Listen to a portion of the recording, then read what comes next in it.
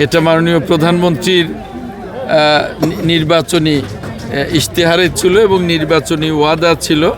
আরও অন্যান্য ওয়াদাগুলো একের পর এক পূরণ করছেন। তো আগামীকালকে কৃষক কার্ড উদ্বোধন করবেন।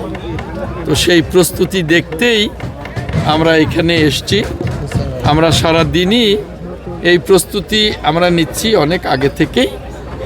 আজকেও আমরা সারা দিন এখানে টাঙ্গাইলে অবস্থান করব এবং আগামীকালকে আশা করি খুব চমৎকারভাবে সুশৃঙ্খলভাবে মাননীয় প্রধানমন্ত্রী কৃষক কার্ড উদ্বোধন করবেন এবং এর পরে আরও অন্যান্য কর্মসূচি, কৃষি মেলা উদ্বোধন এবং আরও অন্যান্য কর্মসূচি উনি উদ্বোধন করে ঢাকায় ফিরে যাবেন।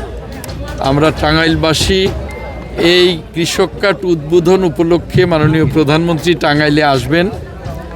টাঙ্গাইলবাসী আমরা আনন্দিত, আমরা উজ্জীবিত।